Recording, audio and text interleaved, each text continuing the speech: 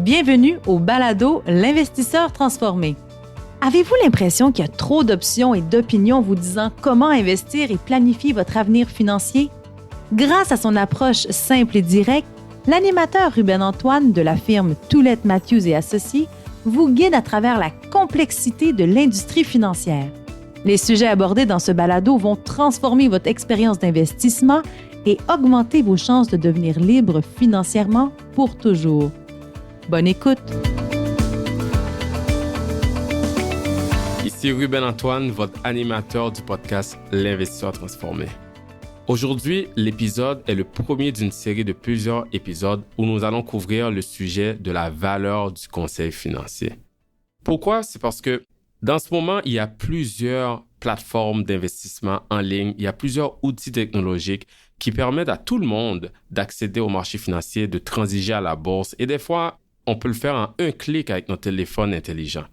Donc, plusieurs se demandent s'ils devraient eux-mêmes prendre en main leurs finances et leurs placements et si cela vaut encore la peine de travailler avec un conseiller financier. Parce qu'on s'entend, ce n'est pas gratuit ces services financiers-là, ça coûte de l'argent. Donc, c'est normal que les gens se questionnent, c'est quoi la valeur que mon conseiller m'apporte? Les gens se demandent aussi, qu'est-ce qu'il fait vraiment mon conseiller pour s'assurer de mon bien-être financier? C'est quoi ses responsabilités, ses tâches? Et on entend souvent où les gens se demandent, qu'est-ce qu'un bon conseiller? Parce qu'il y a plusieurs types de conseillers sur le marché en ce moment, donc comment faire la part des choses? Ce sont toutes des questions valables et nous allons les répondre en long et en large dans la série d'épisodes qu'on fait sur la valeur du conseil. Mais pour commencer, je le dire dès maintenant que moi, je suis d'avis que si les frais sont raisonnables par rapport aux services financiers reçus, travailler avec un bon conseiller financier reste un choix judicieux pour être sur la bonne voie vers le succès financier à long terme. Ceci étant dit, je suis conscient que certains, en m'écoutant, doivent se dire que je prêche pour ma paroisse, étant donné que je suis un conseiller financier moi-même. La bonne nouvelle, c'est que plusieurs grandes organisations ont fait des recherches sur la valeur du conseil. Quand on pense par exemple à Morningstar, Cyrano, Vanguard, juste pour n'en citer que quelques-unes. Donc aujourd'hui, nous sommes très heureux d'en parler, d'être accompagnés en fait par Émile Beauchard, qui est directeur régional chez Vanguard Canada. Ensemble, nous allons aborder une étude réalisée par la grande firme internationale Vanguard, qui en fait a effectué une recherche approfondie sur la valeur du conseil. Ils l'ont quantifié, ils y ont mis un chiffre dessus afin que l'on puisse évaluer combien cela vaut en moyenne le conseil financier. Et est-ce que cette dite valeur, en fait, dépasse les frais moyens typiques de 1% qu'on paye quand on fait affaire avec un conseiller en gestion de patrimoine ou un gestionnaire de portefeuille? Donc, combien cela vaut le conseil financier? Restez à l'écoute pour le savoir. Bonjour Émile, content de t'avoir avec nous aujourd'hui sur le podcast. Bonjour Ruben, merci de l'invitation. Parfait Émile. Écoute Émile, nous on se connaît quand même depuis quelques années. J'aimerais que les auditeurs puissent savoir un peu plus sur toi. Donc, peux-tu commencer par nous dire un peu sur qui tu es, qu'est-ce que tu fais chez Vanguard? Juste nous donner un peu de détails sur ton parcours.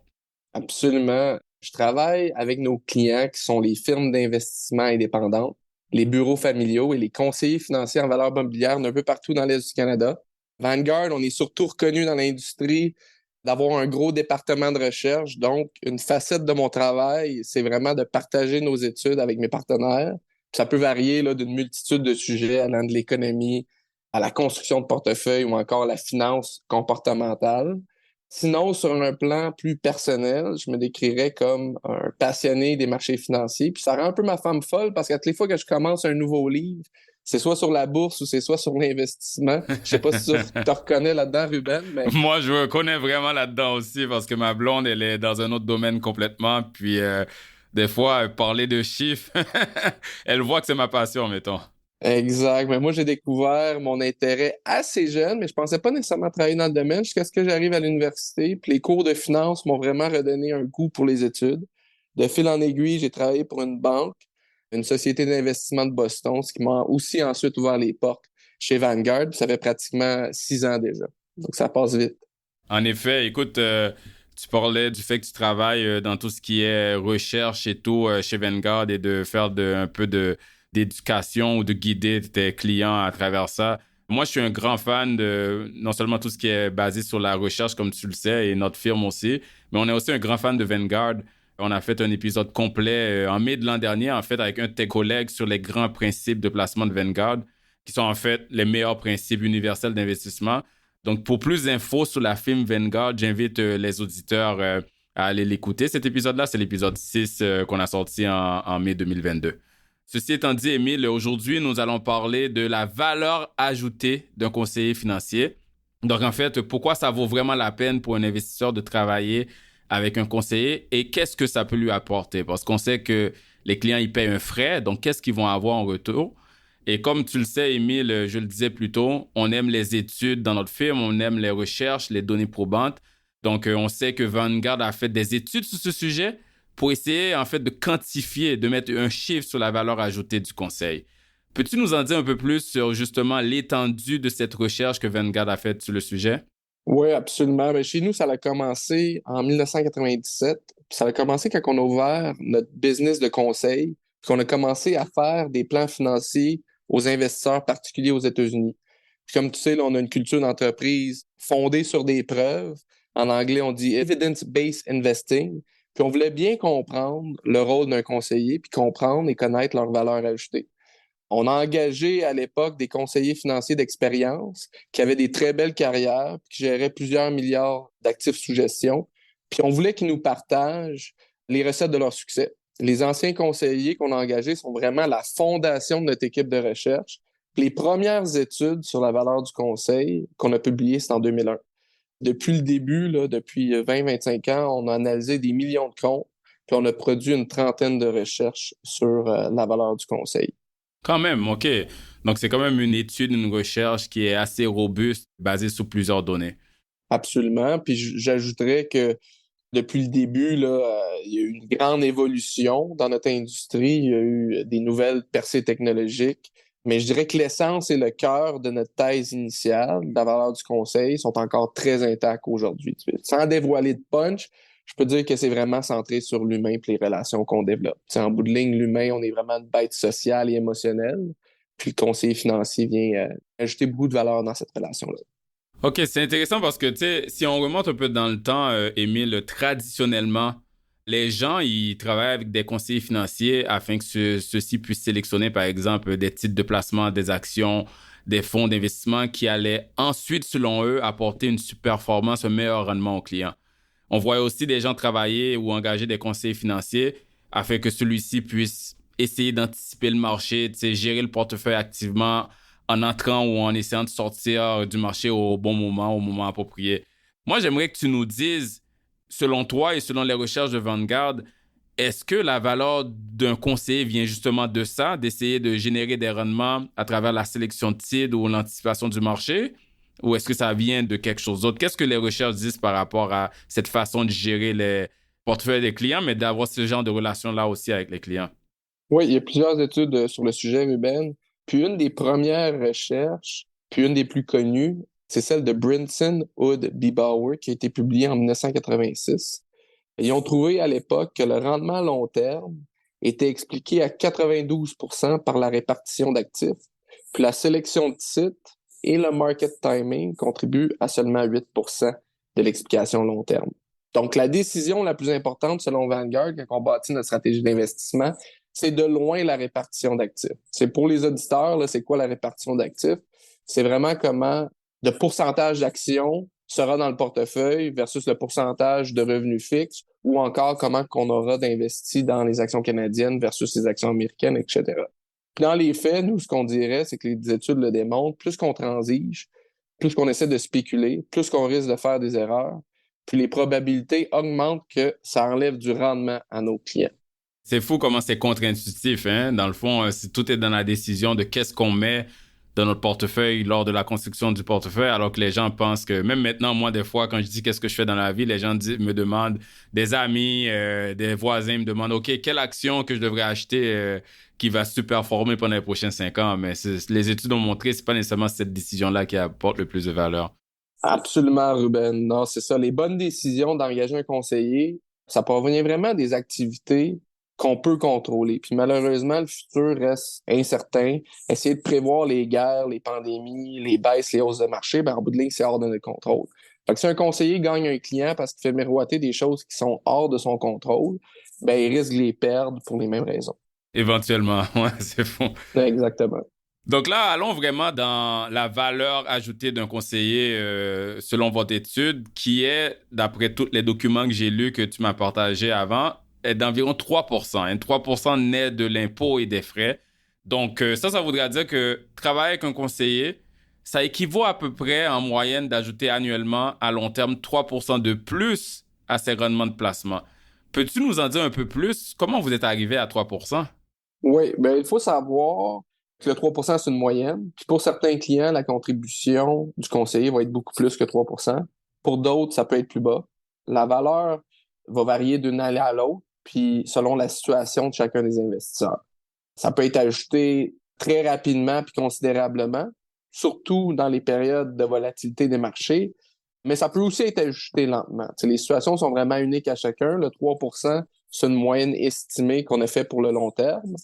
Selon nous, les conseillers devraient vraiment focuser leur proposition de valeur sur deux choses qui sont contrôlables. C'est la gestion de mon patrimoine, puis l'encadrement du comportement.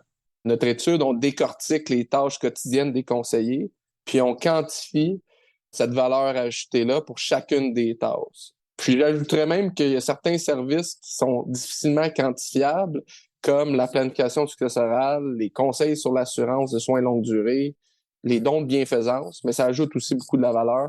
Puis ça, cet aspect-là, il est hors de notre étude. En effet, puis on va décortiquer le tout, mais ce que je trouve fascinant là-dedans, c'est qu'il y a Vanguard, c'est une très grande firme, hein, donc toute étude que Vanguard fait, c'est sûr que c'est crédible, mais il y a plusieurs autres études similaires avec différentes méthodologies qui indiquent une valeur du conseil très similaire, soit de 3-4%. Il y a Investment Russell Canada qui a fait une étude en 2020 qui a révélé en fait que les conseillers qui font une gestion de patrimoine complète, comme tu viens de mentionner, ajoutent autour de 2,88%, donc très similaire aux 3% de Vanguard. Et cela, c'est beaucoup plus élevé que le 1% que les firmes de gestion de patrimoine chargent généralement. Mais ce que je trouve intéressant et dit d'une façon un peu différemment, il y a une étude qui s'appelle The Gamma Factor and the Value of Financial Advice, qui vient du Cyrano, en fait, donc le Centre interuniversitaire de recherche en analyse des organisations de Montréal. Ils ont fait ça sur 1584 familles, Émile, puis ça montre qu'il y a un écart de richesse de 69% sur 4 ans entre les familles qui utilisent un conseiller financier et ceux qui n'utilisent pas de conseiller financier. Et cet écart de richesse-là, sur 4 ans, ça monte à 290%, l'écart de richesse qu'on va sur plus de 15 ans. Donc ça équivaut à peu près à avoir près de 4 fois plus d'actifs si on utilise un conseiller financier par rapport à ne pas utiliser un conseiller financier. Ça montre aussi, là, avec le fait qu'on passe de 4 à 15 ans, que plus la relation d'accompagnement financier dure, plus les placements se fructifient. Donc, je voulais juste le mettre d'une autre façon. Là, c'est fou de voir que dans le fond, puis on va en parler encore plus, mais il y a une valeur de travail conseiller, puis il y a diverses études qui l'ont quantifié de façon différente. Absolument. Donc, rentrons dans les détails, Émile. On va décortiquer un peu les 3 principaux domaines de création de valeur du conseiller financier selon Vanguard. Donc, premièrement, votre étude montre que les conseillers peuvent créer de la valeur dans la construction du portefeuille. Donc, si on rentre dans la construction du portefeuille, quelle est la valeur en pourcentage à peu près en moyenne qu'un client peut-il retirer d'une bonne construction de portefeuille?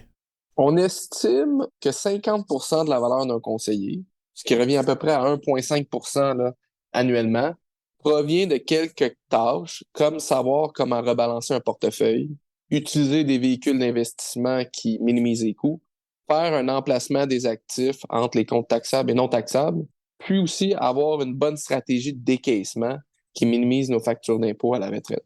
C'est des tâches un peu plus techniques, puis l'approche doit être vraiment unique à chacun des investisseurs parce que chaque personne a des situations financières un petit peu différentes. Mais les bons conseillers vont aider les gens à établir une bonne stratégie de portefeuille, puis ça représente là, la moitié de la valeur qu'on estime d'un conseiller financier. OK, donc à peu près 1,5% du 3% vient de cette tâche-là. Tu as mentionné les coûts, puis moi, étant comptable de formation, dès qu'on me parle de coûts, ça m'intéresse. Tout ce qui est à bas coût, je trouve que c'est important. Donc, qu'on regarde justement tout le paysage de véhicules de placement qui est disponible pour les investisseurs, il y en a qui coûtent un peu plus cher, il y en a qui sont plus efficaces à faible coût. Pourquoi il est important d'avoir des placements à bas coût? C'est important, Ruben, parce que les recherches sont claires que les placements à faible coût sur le long terme performent généralement mieux que les placements à coûts élevés. C'est intuitif, oui et non, parce que l'humain, on est conditionné. Quand on paye un peu plus cher, que ce soit pour nos vêtements, ben, si on paye un peu plus cher, ils vont être de meilleure qualité. Quand on paye plus cher pour notre voiture, ça reste d'être une voiture de meilleure qualité ou une voiture de luxe. Donc, cette relation prix et qualité, elle est vraie dans tous les achats qu'on fait. Par contre, plusieurs études le démontrent. En investissement, c'est pas vrai. Puis c'est aussi notre conclusion chez Vanguard. Donc, on essaie vraiment de garder nos frais le plus bas possible pour nos clients, tant pour nos mandats indiciels, nos mandats gérés passivement, que pour nos mandats gérés activement. Puis quand on regarde le résultat des firmes, les gestionnaires qui chargent moins cher ont un gros avantage parce qu'en bout de ligne, la finance et l'investissement, c'est un domaine ultra compétitif. C'est comme si on jouait au basketball et qu'on décide de faire un concours de dunk. Le panier, normalement, dans un concours de dunk, va être à 10 pieds. Puis, il y a certaines firmes comme Vanguard qui aiment ça descendre le panier à 5 pieds. Je ne dis pas que c'est impossible de faire un super beau dunk à 10 pieds, mais c'est certainement plus difficile de faire de quoi de spectaculaire quand le panier est beaucoup plus haut. Pour nous, on essaye de mettre la barre plus basse, on essaye de mettre les frais plus bas, puis ça nous rend la vie beaucoup plus facile, puis ça nous permet d'avoir des bons résultats pour les investisseurs. Faut pas oublier que le marché boursier, c'est imprévisible, c'est incontrôlable. Cependant, les conseillers ont un contrôle sur le coût des véhicules du placement. Quand on regarde le Canada, je dirais qu'on est en retard par rapport aux États-Unis sur le message des frais, mais avec le résultat de nos stratégies, les performances qu'on a eues, la croissance qu'on a eue depuis 10 ans, ça passe pas inaperçu au Canada, puis ça commence à faire de plus en plus jaser. Les bons conseillers vont vraiment aider les investisseurs à minimiser les frais et les taxes. Puis selon notre étude, ça ajoute en moyenne là, environ 30 points de base par année. Donc, environ 10% là, du 3% de valeur ajoutée du conseiller va être fait par une structure du portefeuille qui minimise les frais et les taxes. Ben, je peux le voir parce que un investisseur qui veut investir de lui-même, c'est bien correct, mais quand tu t'assois pour bâtir ton portefeuille toi-même, c'est comme aller au restaurant puis on te donne un menu de 500 pages. Hein. Il y a tellement de véhicules de placement disponibles sur le marché. Et tu le sais, les Canadiens paient encore très cher en frais de gestion. Là, on est un des plus élevés dans le monde. Je pense qu'on accote l'Italie et Taïwan, mais les frais de gestion sont encore très élevés.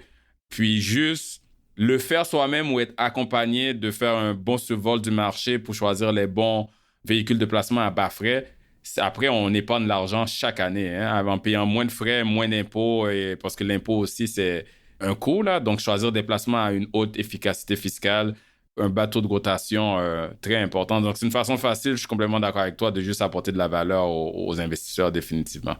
Oui, il y a d'autres métriques à considérer, puis tu l'as mentionné. Là, donc, on dirait que le frais de gestion est important, mais également le taux de rotation du portefeuille. Donc, le plus qu'on transige dans le portefeuille, le plus que ça l'amène des coûts de transaction, puis le plus que ça diminue notre rendement à long terme. Donc, nous, on aime les portefeuilles avec un faible taux de rotation, que ça soit un portefeuille indiciel ou un portefeuille géré activement. C'est un des critères qu'on garde beaucoup là, chez Vanguard. Définitivement. Puis, on a mentionné la fiscalité, parce que quand on parle de coûts, l'impôt, c'est un autre coût. Donc, ce qui reste dans nos poches en tant qu'investisseur, c'est le rendement après frais de gestion et après impôt. Donc, dans la construction de portefeuille, il y a aussi tout l'aspect de la localisation des actifs, la localisation fiscale des actifs, parce que chaque type de placement, Émile, est imposé différemment selon le type de revenu. Un revenu d'intérêt est imposé plus qu'un dividende. Un dividende étranger est imposé plus qu'un dividende d'une compagnie canadienne.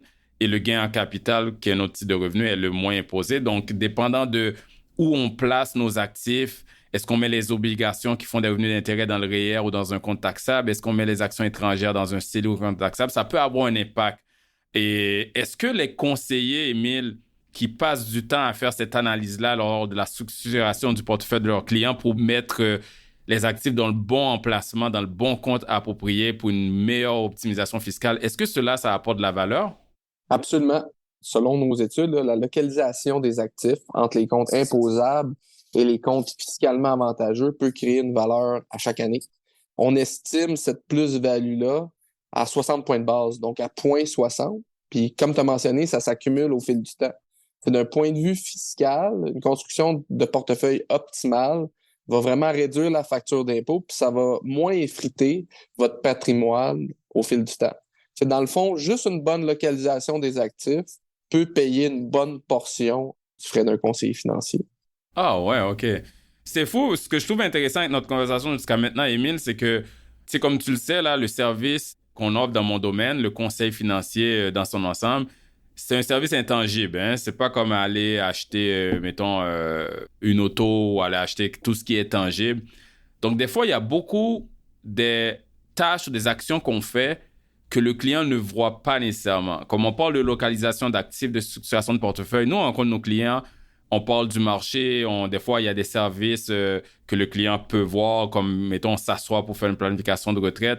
Mais il y a beaucoup d'autres actions qui se font en arrière-plan qu'on ne voit pas, mais qui ajoutent de la valeur. Donc, c'est ce que je trouve intéressant, c'est que on explore, on montre un peu tout ce qui se passe en arrière. C'est quand on s'assoit, moi, des fois, je m'assois, je fais une analyse de localisation d'actifs, ben, je le fais pas avec le client. Le client, après, il voit ses relevés de placement, il voit que, mettons, les obligations sont placées dans tel compte, les fiducies de placement immobilier qui sont pas très efficaces au niveau fiscal, mais qui sont un bon actif, ils sont placés dans le CELI, mais ils comprennent pas trop tout le temps pourquoi, même si on l'explique.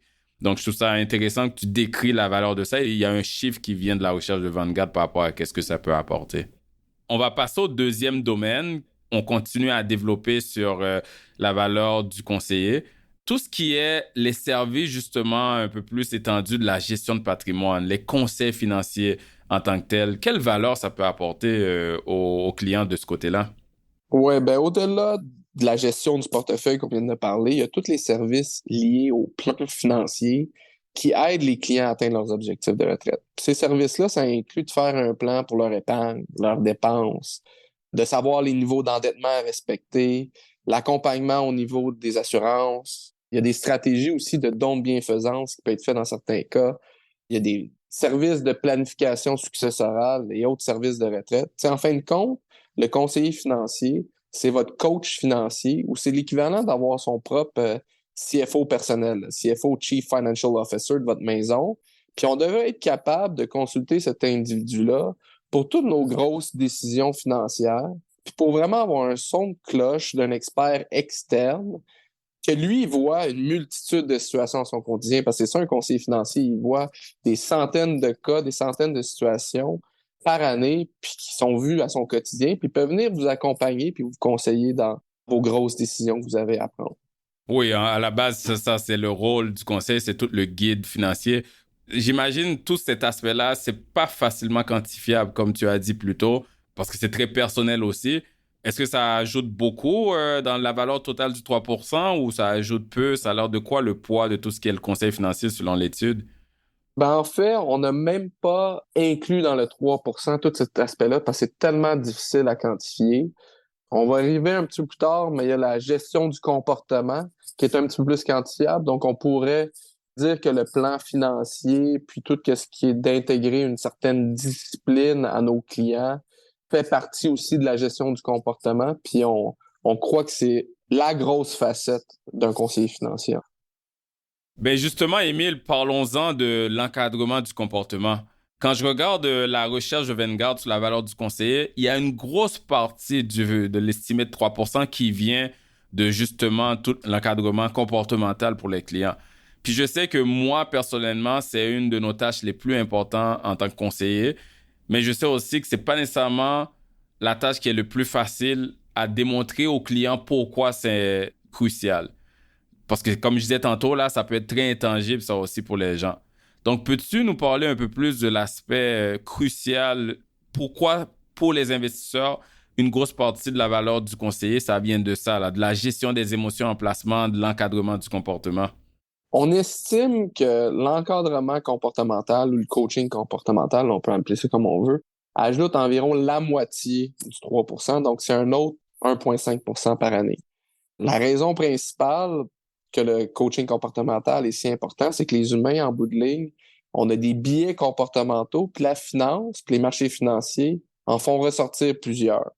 Il y a des erreurs communes qui sont les conséquences de nos biais. Puis les principales erreurs là, qu'on voit souvent, c'est d'essayer d'anticiper le marché, de courir après les modes, d'avoir une mauvaise diversification, d'oublier de rebalancer le portefeuille, faire trop de transactions ou, ça c'est très fréquent, se laisser influencer par l'actualité médiatique. On a analysé tous les biais comportementaux chez Vanguard de fond en comble, puis on voulait vraiment comprendre comment les gens prennent leurs décisions. Puis dans notre quotidien, on prend souvent des décisions par rapport au bouche à oreille, la cote de popularité, les garanties, les codes d'étoiles, puis les guides d'acheteurs. Ce processus d'achat-là fonctionne bien pour les électroménagers, les autos, quand on va quand on va en voyage avec les hôtels, les restaurants, parce qu'il y a une certaine constance, puis une certaine prédictibilité. Qu'est-ce que je veux dire par là? C'est que si on choisit en voyage d'aller rester au Ritz-Carlton, bon, on sait qu'on va avoir une meilleure expérience que si on couche dans un hôtel Super 8. Mais en investissement, c'est pas comme ça parce que les marchés sont cycliques, les marchés sont imprévisibles. Puis ce qui fonctionnait hier va pas nécessairement fonctionner demain. C'est une excellente entreprise, peut en fait être un mauvais investissement si on paye beaucoup trop cher parce qu'elle est à la mode. Tandis qu'une entreprise ordinaire qui est largement sous-évaluée, qui est au no-ben parce que c'est vraiment une entreprise mal aimée, peut devenir un excellent investissement. Bref, il y a beaucoup de raisons pourquoi que le processus décisionnel qu'on utilise dans notre quotidien ne doit pas s'appliquer en investissement. Puis les bons conseillers reconnaissent les biais comportementaux, reconnaissent les erreurs communes, puis vont faire le coaching nécessaire auprès de leurs clients pour les éviter de tomber dans le piège. C'est fou comment le domaine de l'investissement est souvent contre-intuitif. Tu parlais des coûts tantôt. Si on vise des biens qui coûtent plus cher, en général, c'est un gage de qualité, mais en finance, c'est le contraire. Payer trop cher égale moins de rendement en moyenne à long terme. Là, c'est la même chose aussi dans le processus décisionnel. Si on se fie à des cotes, des recommandations sur Google Review, par exemple, pour choisir un hôtel ou quoi que ce soit, ça peut aider à faire le bon choix, mais en investissement, pas toujours la même chose. En gros, là, les gens doivent comprendre que s'ils ne travaillent pas avec un conseiller, ils prennent leurs conseils quelque part, hein, soit de leur entourage, soit de blogs qu'ils lisent ou d'articles, de nouvelles, de médias ou des médias sociaux même. Puis, on est tous humains, l'humain est émotif. Si on est livré à nous-mêmes, on peut être proie de nos émotions et prendre des mauvaises décisions. Donc, comme tu l'as dit si bien, c'est une valeur du conseiller, qu'on le veuille l'accepter ou non, d'être un acteur central avec un point de vue neutre pour se protéger contre nous-mêmes hein, en tant qu'investisseur. Donc, définitivement. On parle d'émotions, Émile, puis de biens comportementaux. Certaines personnes vont se dire, écoute, je comprends votre point là, Émile et Ruben, mais c'est pas le rôle du conseiller d'être un psychologue, un thérapeute pour me protéger de mes émotions. Son rôle, c'est, je te donne mon argent, mes actifs, gère-le, that's it. Donc, pourquoi, Émile, tu penses que justement cette intervention comportementale, elle est nécessaire? Mais c'est vraiment pour bénéficier d'un point de vue neutre par rapport au marché financier, puis pas tomber dans certains pièges de notre point de vue. Tu sais, les bons conseillers nous aident à mettre les choses en perspective, puis nous aident à voir la situation sous d'autres angles. La valeur d'un conseiller, ça réside aussi dans le fait qu'il ne vit pas les mêmes émotions par rapport à nos affaires personnelles.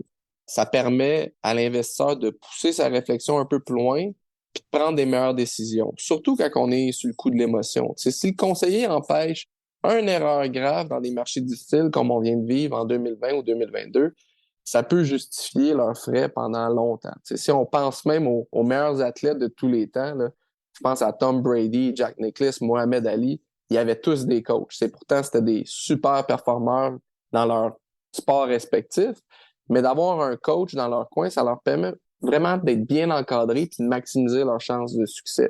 Puis si on prend cette analogie-là et qu'on compare à l'investissement, les gens qui sont pas dans le domaine ben, vont avoir en fait une très grande majorité vont avoir un gros bénéfice d'engager un conseiller pour être dans leur coin. Tu sais, un coach financier va vraiment aider les gens à établir un plan, respecter le plan, rester investi.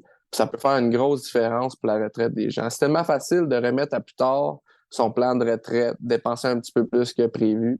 Mais les bons conseillers là, vont garder la discipline. Ça peut sembler simple, mais c'est pas facile à faire. Puis les gens, là, normalement, apprécient avoir ce coach-là dans la relation.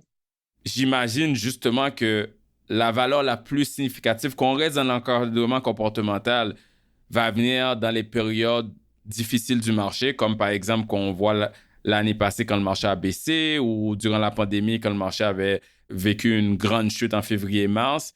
J'imagine c'est ça, là. C'est les moments où justement quelqu'un peut être tenté d'abandonner son plan sous le coup de l'émotion. Puis c'est là que le conseiller, là, sa valeur est là. Qu'est-ce que tu pourrais nous dire par rapport à ça? Ben exactement. Quand on y pense, Ruben, les baisses de marché arrivent principalement quand il y a beaucoup d'incertitudes puis quand il y a beaucoup de mauvaises nouvelles. Puis la majorité du temps, les gens vont vivre des mauvaises émotions. Ça fait ressortir beaucoup de biais comportementaux, puis ça nous fait prendre des décisions qui sont loin d'être optimales.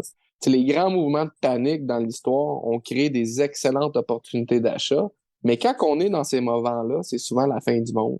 Tu sais, je me rappelle, là, durant la pandémie, en mars 2020, les gens se ruaient dans les épiceries pour acheter du papier de toilette. Ouais. Aujourd'hui, je sais pas, tu te rappelles de cet épisode-là. Aujourd'hui, Ouais, on en ouais. rit, Ouais. mais avec tous les problèmes qu'il y avait dans le monde à cette époque-là, les fermetures d'économies, toute l'incertitude que ça l'amenait, qu'est-ce qui se passait avec la pandémie puis le COVID, ben, la décision pouvait sembler logique. Tu sais, les conséquences d'avoir trop de papier de toilette à la maison sont pas si graves que ça, mais les conséquences de faire une erreur importante avec notre portefeuille d'investissement durant cette période-là, ça peut nous reculer pendant 10 ans.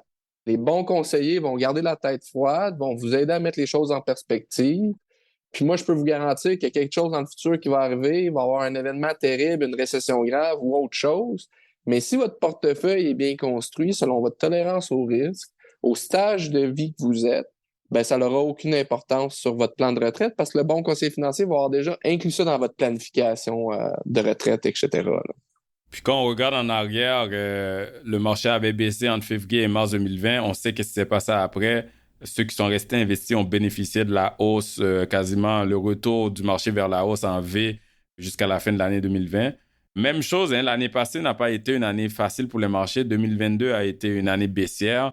Encore une fois, il faut accompagner les investisseurs, leur montrer la perspective long terme. Et cette année, il y a une bonne reprise des marchés qui se fait jusqu'à maintenant et l'inflation est en baisse. Donc, c'est toujours d'essayer de contrôler ses émotions et c'est le rôle du conseiller d'accompagner ses clients là-dessus.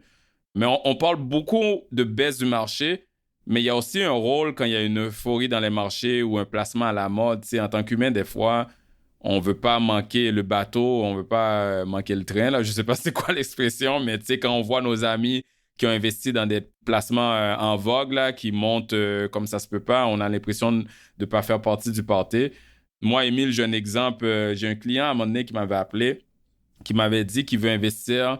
Moi, personnellement, j'avais jamais entendu parler de cette compagnie-là avant, mais Plug Power.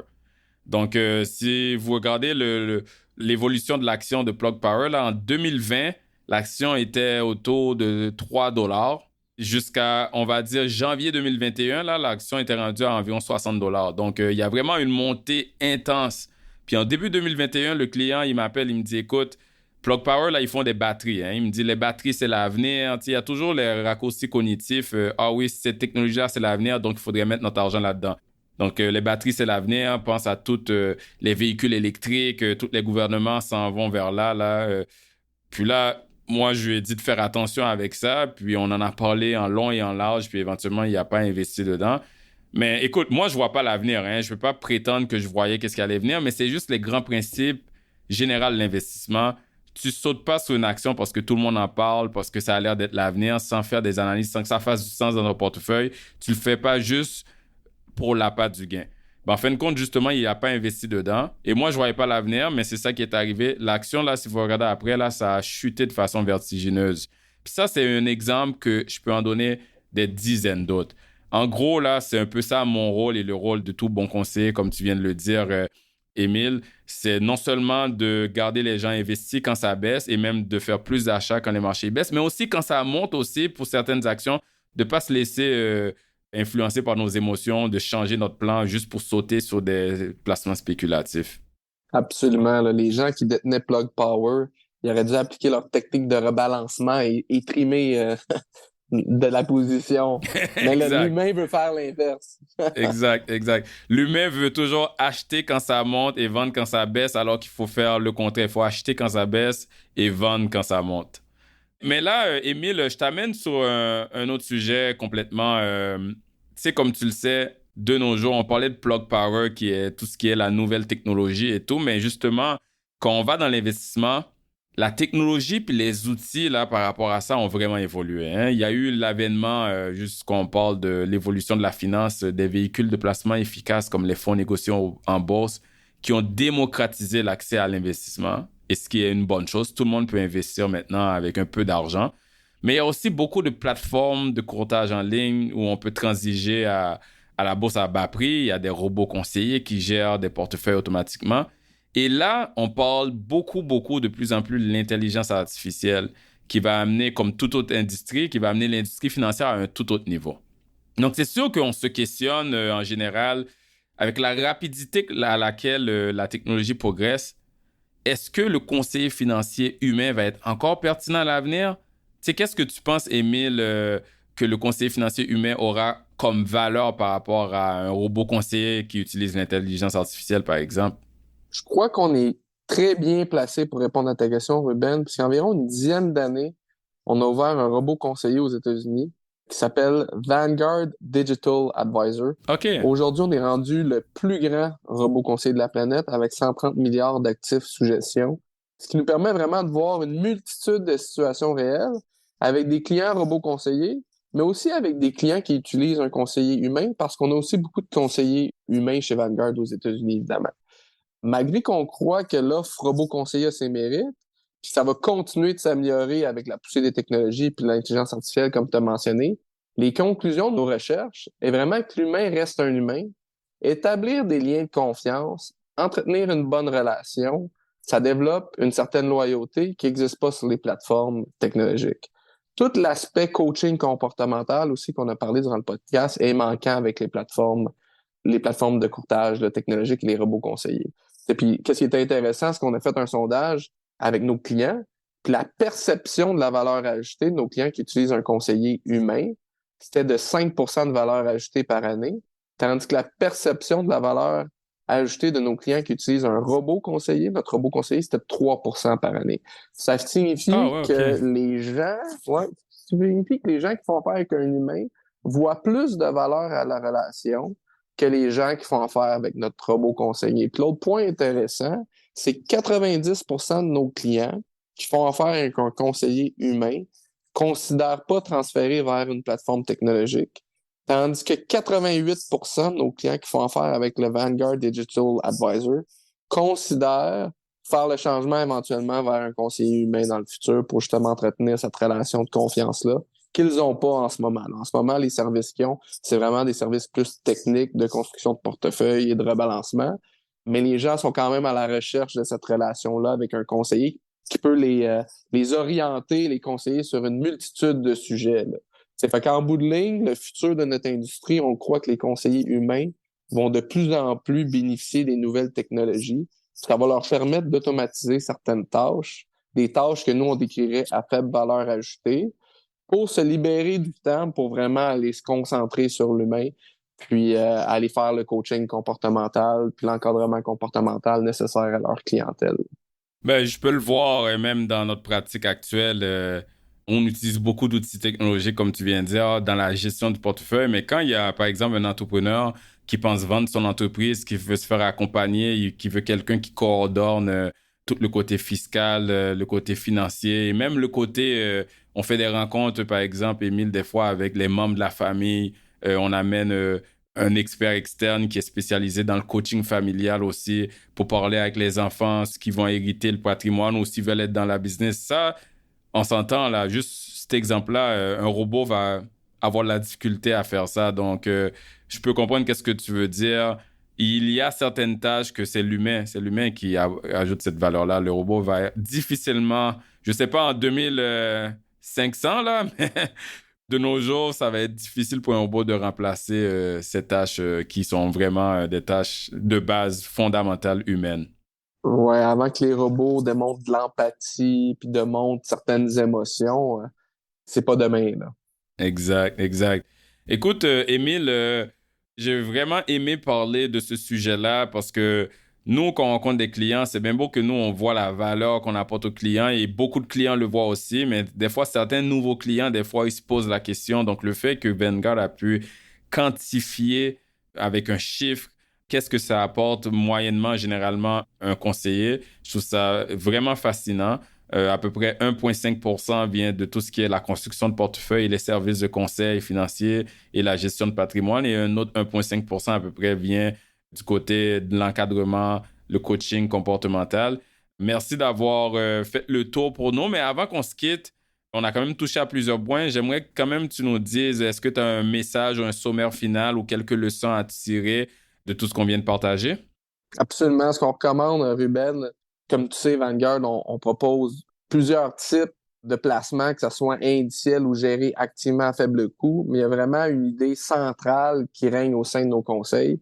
C'est les investisseurs devraient se concentrer sur ce qu'ils peuvent contrôler. T'sais, en bout de ligne, les conseillers vont vous aider à faire une bonne gestion de patrimoine qui inclut là, établir des objectifs clairs, avoir des objectifs d'épargne, avoir un plan financier adapté à votre situation. Puis l'autre chose que vous pouvez contrôler avec l'aide d'un conseiller, c'est vraiment l'encadrement du comportement. Ça vous permet de garder la tête froide durant les volatilités boursières du marché. Ça permet de s'imposer une discipline sur le long terme.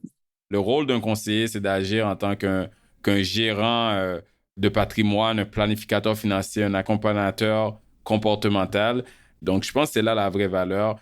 Puis, s'il y a quelque chose à retenir, je pense que c'est pas mal ça, là. Absolument, Ruben. Merci beaucoup de l'invitation.